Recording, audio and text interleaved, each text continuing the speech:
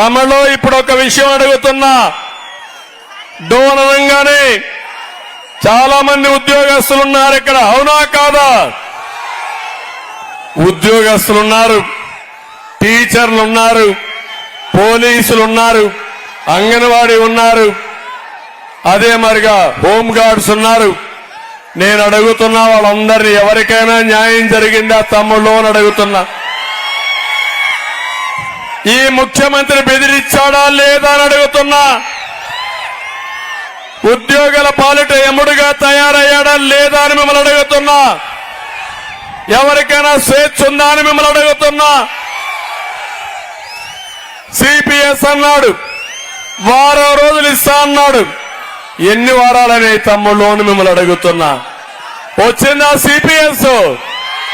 నేను ఒకటి హామీ ఇస్తున్నా, సిపిఎస్ పైన ఒక నిర్దిష్టమైన విధానం తీసుకుని దాన్ని పరిష్కారం చేయడం కోసం తొందరలోనే ఒక విధానాన్ని రూపకల్పన చేస్తానని మీ అందరికీ హామీ ఇస్తున్నా. నమస్తే అండి.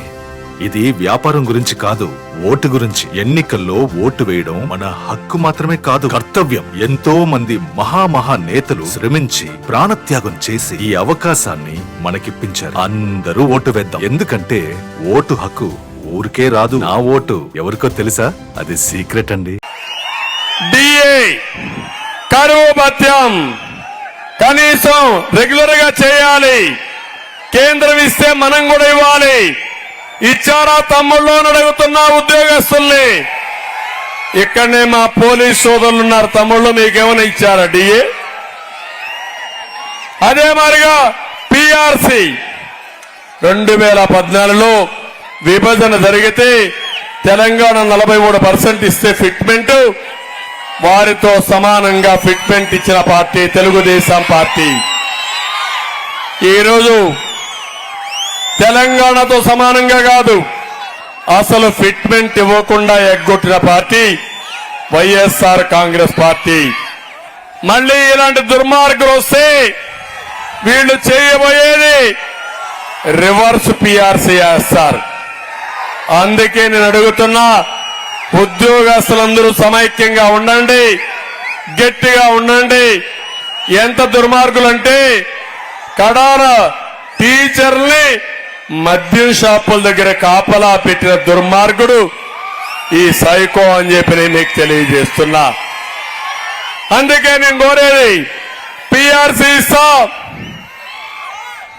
ఉద్యోగస్తులకు న్యాయం చేస్తా, ఉద్యోగస్తుల యొక్క భద్రత కాపాడుతా, మీరు గౌరవప్రదంగా పనిచేయడానికి అనుకూలమైన వాతావరణాన్ని క్రియేట్ చేస్తారని చెప్పి నేను మీకు తెలియజేస్తున్నా. పెన్షనర్స్ ఉన్నారు, నేను అడుగుతున్నా వాళ్ళందరికీ నెలవారీగా జీతాలు వస్తే పెన్షన్ వస్తుందా తమ్ముళ్ళు? మొదటి తారీఖున ఎవ్వడికి రావడం లేదు. ఇంకో పక్క సరెండర్ లీవ్ రావడం లేదు. ఒకటి కాదు, అందరి జీతాలు 25,000 కోట్ల రూపాయలు బకాయిలు పెట్టిన దుర్మార్గమైన ప్రభుత్వం ఈ సైకో ప్రభుత్వం.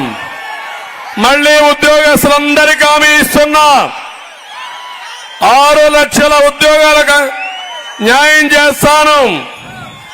వాళ్ళకు ఒకటే హామీ, పిఆర్సీ చేస్తా, మీకు న్యాయం చేస్తా, సకాలంలో పింఛన్ ఇస్తా. ఇవన్నీ సాధ్యం కావాలంటే ఒక్క తెలుగుదేశం పార్టీకి సాధ్యం. సంపద సృష్టిస్తాం, సంపద సృష్టించిన ఉద్యోగస్తులను ఆదుకునే బాధ్యత మాదని మరొక్కసారి హామీ ఇస్తున్నా.